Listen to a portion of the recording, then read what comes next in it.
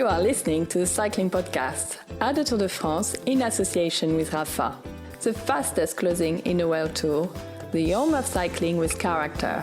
Ride and watch with Rapha in 2019 as a partner EF Education First and Canyon Sharam.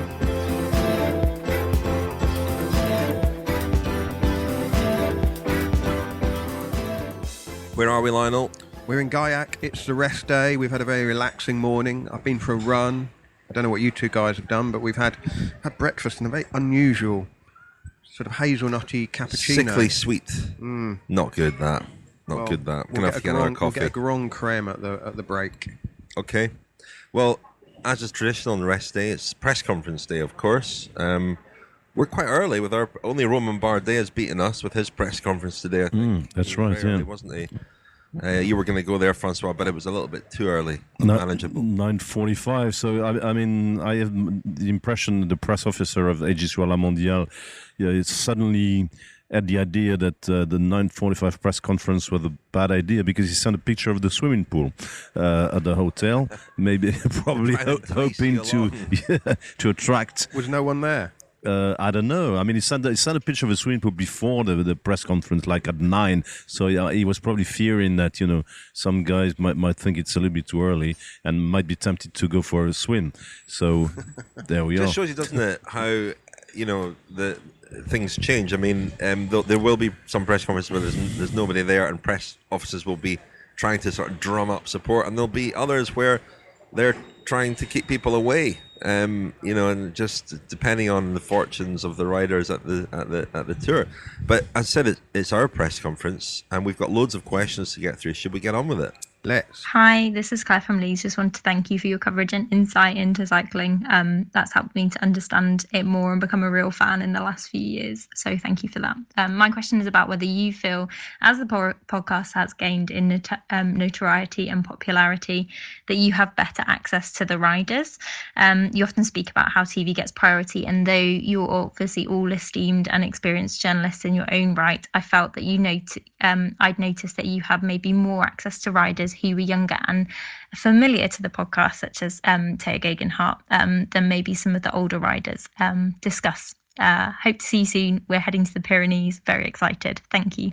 Thanks for the question, Kath. Hope you enjoy your trip to the Pyrenees. I'm not sure that the media outlet counts as much as how long you've been covering the tour yourself as a journalist, wearing various hats. I mean, Francois, you've been covering the tour for a bit longer than us. Does it matter in terms of access? TV is definitely top of the pile. They get, when it comes to interviewing the favourites or the defending champion or the man in yellow jersey, they always get first dibs on that, and we have to take whatever we can get. But in terms of interviewing other riders, is it the media outlet that determines access, or your own sort of standing and status relationships? Yeah, I think that's both. I mean, there's an unwritten rule. In mixed zones, in most sports events, standing sports event, not like the tourists moving around, and you interview guys on the bike who can, ride away easily. And, in other sports, I mean, the rule is written. TV the rights owners have priority, and the TVs without rights are second, and then the radios and blah, blah, blah. And the written press comes at the very end of the line.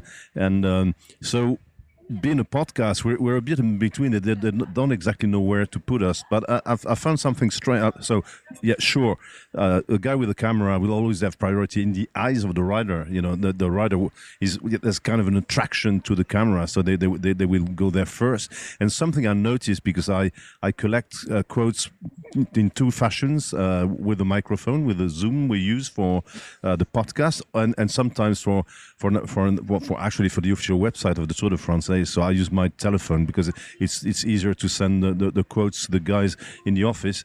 And I noticed that if I use my telephone, or if I have a microphone, obviously the mic attracts the riders more than the telephone, and the answers are not the same. I mean, you have the impression the riders are more focused if you have a bigger piece of equipment, than if you just use a telephone. If you use a telephone, think, oh, this is a guy from the written press. I mean, he's not going to reproduce exactly what I said, and I mean, there's no they won't see my face or hear my voice in the paper. So actually, the reaction to the outlet is different from the rider's perspective. That's interesting to witness. Yeah, I think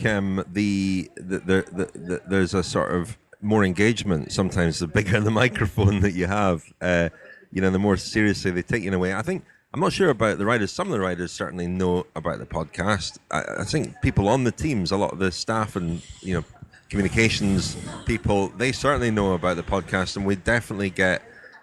There's more. A press officer, for example, will go to a bit more trouble to make sure a rider does speak to us if we ask to speak to a certain rider, and I think because they understand now what it is we do and that we do have an audience, as evidenced by all the questions we've got in this press conference. The fastest closing in a World Tour, the home of cycling with character. Ride and Watch with Rapha in 2019 as a partner EF Education First and Canyon SRAM. Hi Cycling Podcast, Thomas WP here again. My question, is George Bennett invisible? Thanks, Thomas. Is George Bennett invisible? Well, he wasn't yesterday, was he? He No. was off the back laden down with bottles at one point. Well, maybe invisible to his Jumbo Visma team, because I read a tweet this morning from the team Jumbo Visma manager saying how great the team had performed yesterday, and he mentioned only Kruijswijk and Wout van Aert. So, is it? Do you become invisible when you're a New Zealander in a Dutch team? I don't know. It would be strange. I suspect it's a sort of Alain Zubeldia type question, is it? Where he's been flying high overall without necessarily being seen. But I think he was fourth overall going into yesterday's stage, and he's obviously now fallen well away. I think that's a bit unfair with Bennett. I don't think he's an Alain Zubeldia rider at all. No. In fact, he's a guy who, even when he's been in the top 10 overall in the Giro or in the Tour de France a couple of years ago, I remember the finish at Périgueux where Romain Bardet won a couple of years ago. It was George Bennett, despite sitting top 10 overall, who really, he really attacked initially. He didn't ride conservatively at all or cautiously. He attacked, and he was the guy that really set up the finale where Bardet attacked and won, and Froome cracked a little bit and lost some time. So he's not that sort of rider at all. And he shouldn't be invisible, because we can tell you he's a media favorite. We all like to talk to George. He's a nice guy, very friendly, and always good quotes and Very things interesting to say. So, no, he shouldn't be. Hi guys, this is Jerry Arthurs from Kilkenny in Ireland. I've been a friend of the pod since it was a little poddling. My question relates to the final stage in Paris, the bunch sprint following a long, boring procession, which is routinely skipped by you guys as it doesn't really produce too much exciting racing compared to the Greg LeMond and Laurent Fignon time trial. Having proposed to my wife on the Champs-Élysées on the last day of the tour in 1998, I'm just wondering, do you guys think that anything can be done to make that last stage more interesting? Again, having a time trial, but at least having some form of competitive element to it rather than the formulaic bunch sprint. And again, just to bring you guys, the Buffalo and Napalm and Monsieur BS, all the way to Paris before finishing the Tour de France. Thanks, guys. Thanks, Jerry. Well, proposing to your wife is certainly one way to make it exciting, isn't it? The final stage of the tour. Bit of jeopardy there, isn't there? What if she said no? Well, we actually are going to Paris this year. The reason we've skipped in the last couple of years is purely logistics. I mean, last year was almost impossible to have got from Biarritz up to Paris in time for the final stage, and you'd booked a holiday to kick off in San Sebastian, hadn't you, Rich? And I had to drive the car all the way home, so it was a logistical one. The year before we finished in Marseille, so it made logical sense for Francois to go home from there rather than go all the way up to Paris and back. But this year we are all going. I mean, 1989, even if they finish with a time trial, it's unlikely that drama could be even close to being replicated, surely. The overturning a 50-second advantage in the final time trial. Greg LeMond beat Laurent Fignon overall by 8 seconds in the end, the closest ever tour. And I also think that the processional final stage, it gives the sprinters something to hang on through the rest of the race for, an incentive to struggle through the mountains. And let's face it, they're going to have a number of days where there's going to be nothing for them, really. And Paris, well, we always see people saying, oh, they should finish with a road stage in the Alps or just finish the Tour on Mont Ventoux or something. But Francois, I mean, that's never going to happen, is it? No, I mean, obviously, you mentioned logistic reasons for us to skip the Paris stages in the past, and there are logistic reasons as well for the tour organizers and for the teams and for everybody involved to have a procession stage on the last day, because otherwise, I mean, everything could be. I can tell you because I was there in 1989 at the finale. It was a great sporting moment, but it was terrible for everyone involved because all the television programs had already their features, magazines on Fignon, Frenchman winning, and blah blah blah, and they had to redo everything. The jerseys were it's like we have a reception with all the little canapes and everything to eat, and all of a sudden the bride says no. I mean it's in a way it's I think everybody's happy with it, including the riders and once again, and when I asked the question, why don't you do a time trial on the last day to Christian Prudhomme and other guys?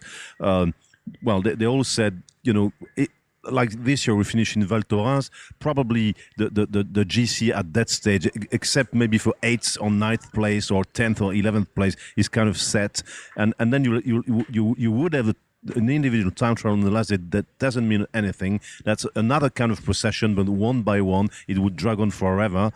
Sometimes individual time trials can be boring as such, and if there is nothing at stake at the end of it, and which will be the case 9 times out of 10, maybe it's better to have all the bunch together, to go around the Champs-Élysées, to have nice television pictures. This year they'll be going through the Palais du Louvre, so they'll be, I think for the promotion of Paris and tourism is probably much better this way. Well, yeah, that's the whole point, isn't it? Finishing in Paris gives some prestige to the Tour de France. I mean, ASO is based in Paris for one thing. It's obviously the capital of France. It showcases the city and the landmarks. And on this thing of not racing, well, the sprinters are racing and their lead-out trains are racing. The overall riders, well, if you can't win the Tour de France in 20 days, you can't win it in 21, frankly. So, everyone knows that the race finishes on the Champs-Élysées, and it is a ceremony. It's a celebration of completing a lap of France. It's also exciting to from time to time to see whether there won't be a bunch sprint. It's never happened. It doesn't happen very often, but Vinokurov tried to do that. One of the bunch sprint. So I mean, there's always the little question mark. Maybe this time we won't have a bunch sprint. And Jerry should maybe come back with his wife to celebrate the 21st anniversary of his proposal. Hi, Richard, Lionel and Francois. It's Dave, friend of the podcast from Staffordshire here. I was listening with interest to the discussions in week 1 regarding the speculation that Elie Viviani could move to Cofidis for the 2020 season, and in particular Lionel's surprise at this. With the career of a pro cyclist being so short in comparison to most professions, as well as the risk of injury and accidents bringing a premature end, is this not fully understandable? And I wonder as well that if the career length of a podcaster was the same as that of a professional cyclist, would Lionel not be tempted to pursue a big money opportunity, even if it involved working in the company of a certain Lance Armstrong? Keep up the good work, guys. Thank you. Oh, Dave, what a suggestion. That Viviani to Cofidis, Bernie to the Armstrong podcast. Wouldn't happen. I'm ruling myself out. How much would it take for you to move to the Lance Armstrong podcast? I think it's a moot point because I'm not terribly sure that they'd be after me, would they? Would they? I mean, what? I mean, I'm still. I'm just asking. What would be the ballpark figure, Lionel, for that? Well, I'd need equity, obviously. One of the great things about the cycling podcast is the sense that it's our thing that we've built up and hopefully continuing to build. Great working with you, Richard and Daniel, and having Francois as a guest. I mean, why on earth would I want to move? I mean, the only way I'd move is if. Where is it recorded? Austin or Boulder, Colorado? Would you live there for 3 weeks? Hang on, he hadn't quite finished that. The only way you'd move was if you were going to say something there. No, I don't. I wouldn't move. No, we don't want you to move. I mean, to the move. The only way I'd move is if you were going to boot me out and make me an offer to go. I don't have the power to boot you out. We're equal partners in this, Lionel. So no come and get me, please, from Lionel Burney. And the other part of the question is Viviani. Well, to be honest, I being only a guest in... and Francois, you're not available either. The thing is, being a guest on the podcast and being only in it for the money, I would go. If Lance invites me and gives me a lot of money, I might consider it. Oh, what a mercenary! Hey? Oh dear. Yeah, no way. But Viviani to Cofidis, yeah. I mean, it's a funny one, isn't it? Because he will almost certainly win fewer races. That's been the pattern of riders, especially sprinters, moving on from De Koning Quick-Step. I mean, Gaviria sort of bucked that trend a little bit last year. He seemed to... Sorry, not last year. This is his first year, isn't it, at UAE Team Emirates? And he's won a few races and looked the same rider, but an awful lot of riders move on and they're pale imitations of their former selves because... That team is a winning machine, isn't it? And you look at Nicky Terpstra at Total Direct Energy. I mean, he's a strong rider, but he's not going to have the opportunities that he had at De Koning Quick-Step. So Viviani will go to Cofidis, earn a lot of money for a couple of years, perhaps also have the opportunity to go to the Olympic Games, defend his Omnium title, which may be a factor too. But yeah, I don't think any of us would blame a rider for taking a big contract. Yeah, I mean, from the point of view of Cofidis, it's an interesting move because they've always had, this past couple of years, struggling to be in contention for GC places or big races. They relied on sprinters. I mean, they had Buhani who won races, even if he's been kind of kicked out of the team. Let's face it, that's what happened. So there is a tradition of sprint in the team. They have a train, like Christophe Laporte can become a lead-out man. They used to have Geoffrey Soupe, who was a very good lead-out man as well. So the kind of culture of sprint in the team is there. And if Elia Viviani doesn't win stages in big tours with Cofidis, but Cofidis will be World Tour next season. He might change things. But the thing is, he might be entered in smaller races in France and win them easily. And apps, UCI points, the money, everything a team like Cofidis needs. What next for Buhani? Oh, well, that's a very good question. I have no idea. I mean, it's kind of, probably for the wrong reasons, it's been kind of, the black sheep of French cycling. Is a temperamental man, but sometimes it can be, sprinters have to be strong, tempered. I don't know. I haven't heard anything about Buhani. It's an odd one, but obviously if Viviani is coming, we know he won't be with Cofidis next season, and I really don't know where he's going. Hi, this is Jenny, a friend of the podcast in Glasgow. I've got a question for the press conference. I'd hoped it might be something incisive about cycling, but actually I want to know about Francois' porte-bonheur du Tour, which has been making such an appearance on social media. Well, that's a nice one. Actually, last year, if you remember, I used to eat flan at every stage and put pictures of flan, in every kind of situation and in the race. But for health reasons, I've been advised that I should, refrain from eating flan. So I decided to change because I can't, take pictures of flan anymore, or I could take pictures of flan but not eat them, which would be a little bit silly. So I actually took a little blue mascot that's been given to me by a dear friend, and I'm carrying it around France and making pictures of it, like my own little series of, hopefully it's nice to see that you're asking the question and you're hopefully looking following for its progress. we almost drove off with it on the bonnet yesterday. Yeah, That's right. You forgot it. You forgot your mascot on Thibault. You forgot your mascot Thibault on the bonnet yesterday. Well, it's actually, I found out it's actually a little Japanese cartoon character called Doraemon. So I called him Doraemon Polydor. So Well, you can check out Francois Thomazeau on social media. Are you posting them on Instagram or yeah, I put them on Instagram, and automatically goes on Facebook and Twitter. And so are you Silver Merlin on Instagram as well as on Twitter? No, on Instagram and Francois Thomazeau. Very simple. Yeah. There we are. So if you want to see the adventures of Doraemon Polydor, then follow Francois on Instagram. Hello, chaps. Matt Sully here from Gold Coast, Australia. Always love listening to the podcast, highlight of the weeks when it comes out. Just listened to the press conference that you did for the Tour de France, and got me thinking, because I've often had conversations with friends and put a few comments on different YouTube channels about the GOAT of Eddie Merckx. Now, the reality is he was caught for doping. I think he was expelled from the Giro, yet we still call him the GOAT. Well, if I'm not mistaken, there's a certain Lance Armstrong who was caught for doping, had all his Tour de France victories taken away from him. How come he's not the GOAT? And I would love for you guys to have a chat about why the cycling community turns a blind eye to Eddie the GOAT and his drug-taking offences. Over and out, Matt Sully on the Gold Coast.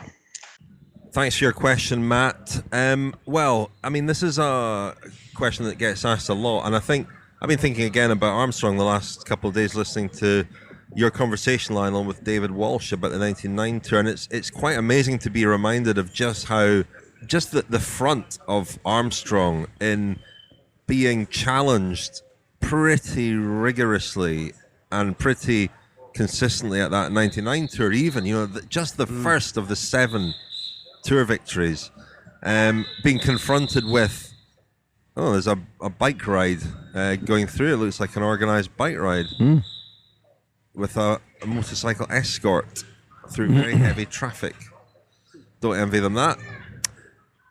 But yeah, there was Armstrong in 99 at the start of his 7-year run, being confronted with hard evidence, the cortisone positive, the fact that Fessina had been the year before, that Christophe Basson was alleging things in the press and so on, and that's what puts Armstrong in a slightly different category, I think, but also at a different point in history. And I think the context of the Festina Tour is really important to understanding the nature of Armstrong's doping and cheating. And I think Eddie Merckx competed in a different era where there was, for better or worse, a very different attitude towards doping, and very different products available as well. And it's illegal. To me, I've said it a million times, I'd say it a billion times if it needed. Doping is a legal issue. It's not a moral or an health issue. In Merckx in 1989, covered the Tour, Guido Bontempi was caught for steroids. You know what happened? He was kicked back at the bottom of the GC, got a fine of 100 Swiss francs, and started the next day. So the rules were different. Let's imagine a situation in a country where murder is capital punishment doesn't exist, and then it exists. The guys who committed an offense 20 years before were submitted to the laws of the time, and it would change. So in Merckx's time, even if you were caught for doping, you had a fine. You might have been expelled from the Giro. That happened to Merckx in 1969, and that's it. So you can't compare periods, because once again, doping was less of an offense at the time. You can say it's a pity, but you can't rewrite history. That's what it was. At the time, doping was tolerated in many ways. It was not seen as an offense, and by the fans, the fans didn't care at all. If you start blaming Merckx for the same thing that you blame Armstrong for, then Fausto Coppi was on dope as well, and probably all the Tour winners of pre-war. Maurice Garin was probably taking stuff, but it's another. I mean, can you compare the medieval times with our values today? You can't. And in cycling, it's exactly the same, unfortunately. But the law changed after Festina, didn't it? It did, yeah. And it was, well, by '99, it was illegal to take all of these substances. And I mean, EPO, there wasn't actually a ratified test for it until the Sydney Olympics in 2000. So maybe legally and morally, there was a loophole there, a grey area in that it was not possible to detect whether Armstrong had been taking EPO then. But once that EPO test came in and was ratified, and everyone knew, there was no ambiguity at all in '99. Festina ended that. I think it was the wake-up call that, as David Walsh says in the podcast that he did with him, Lionel, it was a wake-up call for journalists, for riders, and after '98 there could be no ambiguity anymore, where there was ambiguity before. And I wrote a book about the 1988 Olympic 100-meter final where Ben Johnson tested positive, and when you look at the attitudes around drugs at the time, they were completely different. I think as well about football, and people don't like football analogies all the time, but when you watch matches from the 70s and you see tackling from behind, really, really skillful players were just hacked to the ground routinely. And you can condemn that, but it was allowed, it was tolerated at the time, and so you can't really condemn footballers who use those sorts of tactics because they were permitted. Yeah, but I do also have sympathy with Matt's point about referring to Eddie Merckx as the greatest of all time. His legacy is intact and admired by many, and yet the positive tests are on the record. It's not like they don't exist, and it's not like they are airbrushed from history. They are a matter of fact and a matter of record. So I can kind of see the point, but again, it may seem kind of inconsistent, perhaps even hypocritical. But the weight of Armstrong's doping in the context of the time was so significant. Yeah, I mean, I'd agree with the fact that Armstrong was a scapegoat, like Virenque was a scapegoat in the Festina scandal. They were the guys who kind of crystallized doping, whereas in Armstrong's case, all the riders of the time ended up confessing as well. But he was the number one. He was the guy taking the money. The problem with Armstrong is not the doping; it's the fact that he took the money and money that was not due. Is not to me. I've never considered Armstrong as a bad athlete or really as a doper. The thing he did is more a crook. He took money away from guys who deserved that money more than him. That's the point. He was a doper, though. He was, yeah, sure, but that's he was a big old doper. But morally, the thing you can really blame him for. What if everybody takes doping and in the end it's a fair race and everybody share the money and anything? But in the case of Armstrong, he made millions of dollars by cheating, and so some guys were cheated, and that's the point. Let's not cast Armstrong in too sympathetic a light, because Lionel might be tempted to go off and join this podcast. Hi, my name is Peter. I'm from East Yorkshire. I'm a friend of the podcast this year, thanks to a wonderful Christmas gift from my wonderful wife. The tour's been fantastic. Well done for some brilliant coverage so far, and I'm really looking forward to the next 2 weeks. So the question that I've got for the press conference is really related to the team time trial. I can't understand how so many teams didn't bring their A game with them when they've got GC ambitions. So they've got lots of climbers to support their GC contender, yet they didn't have the right kind of team to limit their losses against some of the strongest team time trials. So when I look down at the list, you've got UAE, Movistar, Trek and AG2R, all with GC ambitions, and they've lost a minute to a minute 19 seconds before they've even got to the foot of a climb. Surely that can't be right, and just would like your view on that. Anyway, thank you very much, and looking forward to hearing more of what you've got to say. Well, thanks for the question, Peter, and thanks to your wife as well for her fantastic gift. That's a great idea, isn't it? Gift of friendship to the cycling podcast. Anyway, to the question, I think it was a difficult balance to strike in this tour when the mountains are going to be so significant, and it's probably too early to answer the question properly. We'll know at the end of the race whether they got it right or not. Mitchelton Scott, for example, have always been very strong in team time trials and perhaps not quite as strong this time. And Matt White explained that it was because the balance of the team was a little bit different this year. There's slightly more emphasis on climbers over the big rouleur types. So, that was getting the formula right is difficult. Ineos, of course, second in the team time trial, very strong in the crosswind stage. And yet, Bernal and Thomas, they were quite isolated on La Planche des Belles Filles. Wout Poels was dropped quite early. Michał Kwiatkowski was the last guy. Might they struggle a bit in the high mountains? Who knows? We're going to find that out. And I guess we'll know at the end of the tour whether teams lost anything significant through the team time trial or not. Yeah, I guess also skimming the teams down from 9 to 8 may forces teams to make strategic decisions. I said after the night on the team time trial, and I was criticized for that in my opinion, it was a bit irrelevant in terms of the GC, didn't make such huge differences. I think the following days confirmed that.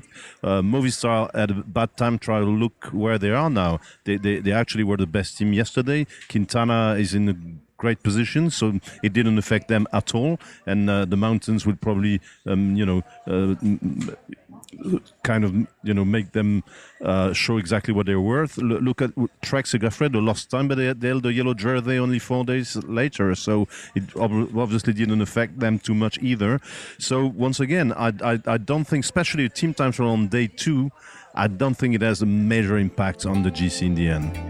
The cycling podcast at the 2019 Tour de France is supported by Science in Sport. Science in Sport, fueled by science. Hi, it's Pete Reynolds here from Castlemaine in Australia, a long-time listener and friend of the podcast. I've got 2 questions that relate to the route design of the Tour de France. I understand that the start and finish towns pay ASO for the privilege of hosting, but is there any kind of discount for regular repeat venues? For example, La Planche des Belles Filles has hosted the stage finish 4 times in the last 8 years. Have they paid less? Also, with some of the really iconic venues like Alpe d'Huez, that arguably the Tour needs more than they need the Tour, do these venues pay an even smaller amount to ASO? And my second question is that, have ASO ever considered rerunning an exact replica route from the past? E.g.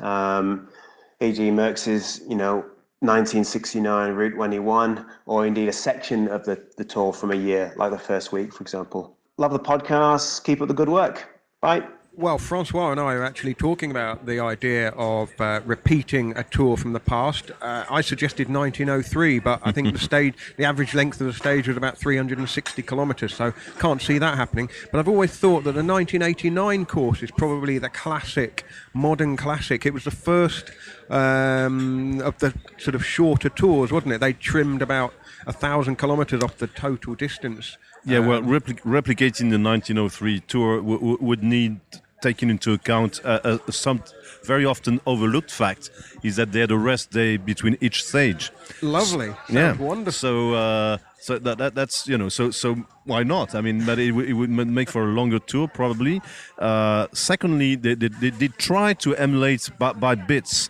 Like remember 2010, they to celebrate the Tourmalet, they had this stage in the Pyrenees, a big emphasis on that. In 2011, the Galibier, to celebrate that. In the 2003 tour, they didn't replicate the 1903 tour, but most of the stages were in towns that were part of the course in 1903. So by bits, that's what they're trying to do. Some tours, sometimes we should look at it more closely. But some tours sometimes ring bells. Like I've been writing what's called the tourist guide of the Tour de France, meaning I write little stuff on each town hosting the tour start and finish, and I also write about the towns and the villages the race passes through.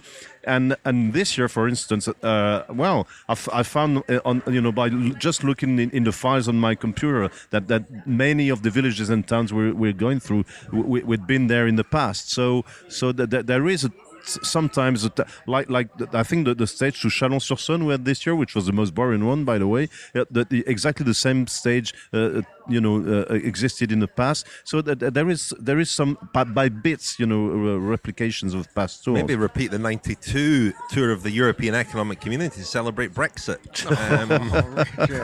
The 1903 tour, there are 6 stages covering 2,400 kilometres. But it ran from July the 1st to July the 19th. Way more rest days than race days. I mean, this sounds like my... It went on until the war, actually. We tend to forget that. The first tour lasted until the war. No, what I mean, the fact that you had rest days after every stage, there's... Well, quick one about everybody talks about Albert Londres and when he interviewed the Pélissier brothers and the doping thing and that. But on the rest days, Albert Londres, who was covering the tour, was going to the mental institutions in the town on the rest day to write another book on mental institutions. So, well, 1924. Yeah, 1924.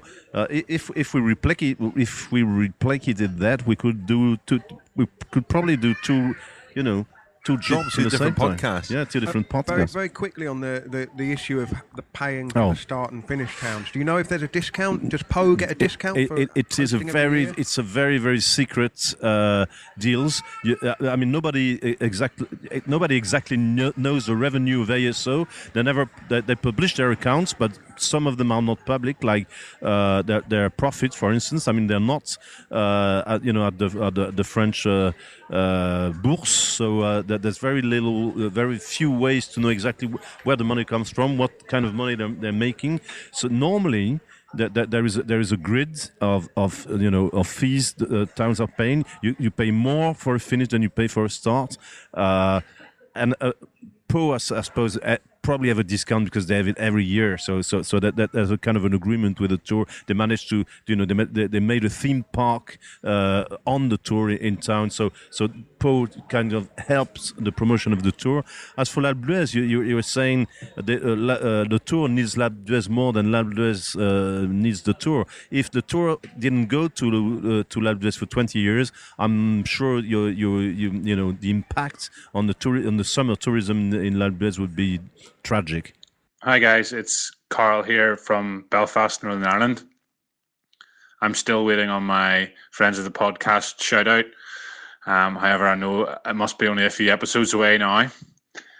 My question for you guys is, this is only my second time watching the tour in its entirety, and I thought stage 6, and in particular the last kilometre, delivered some of the most thrilling and heart in your mouth racing that I've seen. However, I did note that a lot of the riders remarked before the stage that the actual kilometre was a bit unnecessary. What's your opinion on adding ridiculously difficult sections to already difficult stages? And in your opinion, which stage characteristics lend themselves best to the best racing? Thanks. Well, Carl, thanks very much for your question. And first things first, thank you very much for being a friend of the podcast. Maybe all three of us should thank you just to make up for the fact that you've not had a shout out yet. Thanks very much, Carl. Merci beaucoup, Carl. As to your question, I agree. I thought the new finish at La Planche des Belles Filles, it was a thrilling finish and it did deliver. I mentioned, I think on the podcast, it was a bit like it was such a familiar. It's become such a familiar finish, the old finish, that the extra bit was almost like going through the back of the cupboard into Narnia. It was like a hidden world, and we didn't really know what to expect. And the fact that the road was unpaved made it all the more kind of otherworldly and exciting, really. And it's funny because we were talking a bit earlier about the first ever Tour de France, and the kind of the epic nature of that, the distances and the poor quality of the roads and such. And it feels like bike racing is going back in time, trying to recreate some elements of that, not with the distances so much, but with the the gravel roads and really reconnecting, I think, the sport to the countryside in a way, and to a kind of, I don't know, taking it away from. I think this ties into a lot of fashions in cycling, some of which you've explored in your Explore series, Lionel. There is a vogue for going off road, and partly that's because of all the cars and the danger on the roads. But I like it, and I think we've seen at the Vuelta as well that it does often deliver great excitement. The whole point of the event is that it's entertainment, isn't it? And it's about storytelling and creating talking points, and we were all talking about whether the final kilometre or so would have an impact on the race, and then afterwards we were talking about the impact it did have on the race. It looked dramatic, spectacular, and I think that all of the Grand Tour organisers are trying to kind of seek new ground in order to ensure that there's this sense of anticipation, excitement, uncertainty. If the riders know exactly what's in front of them, then the racing can become a bit stale. We've seen with the Mur de Huy in Flèche Wallonne over years and years now that really we know exactly the script before they set off from the start. And so it's up to the race organisers to innovate. And I think there is a point where it becomes almost a circus act, but I don't think the Tour de France has got anywhere close to that. I mean, the finish at La Planche des Belles Filles was dramatic and exciting, and it was in no way beyond what the riders should be expected to tackle. I thought it was great.